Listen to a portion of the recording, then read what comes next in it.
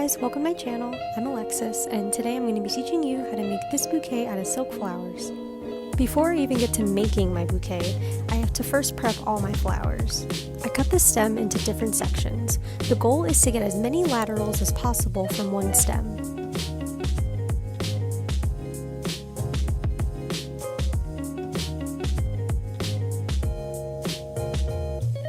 I then take the stems from the previous flowers I cut and floral tape my short flower sections to make them longer and easier to arrange with later.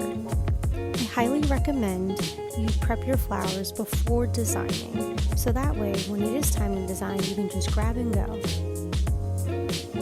When making a bouquet, I like to first start out and create a base for the flowers to sit in. I make that base with foliage. Once I have a nice greened up foliage space, I then add my flowers.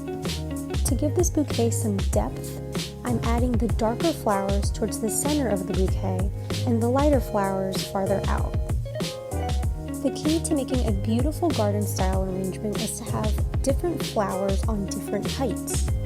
You can achieve this look by placing some flowers towards the center of the bouquet while placing other flowers farther out of the bouquet. Garden-style bouquets are meant to have movement, be free, and not have such a uniform shape.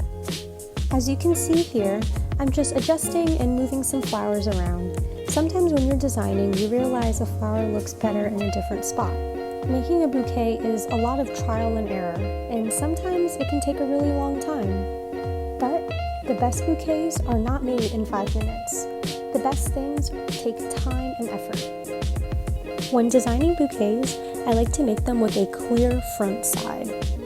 I do this so that way the bride knows which side is the best side to walk down the aisle with, along with which side is the best side to take pictures with. The backs of my bouquets tend to be flat, which is good in my opinion, because that means the bride can hold the flowers closer to her body. When I'm designing, I like to use a lot of different textures, so I found this cotton that I thought would be really cool to add, because to me it could represent the snowflakes for the winter. So once you've adjusted, picked, and pried at your bouquet, it's time to wrap it up and you're all done. Thank you so much for watching, and don't forget to subscribe.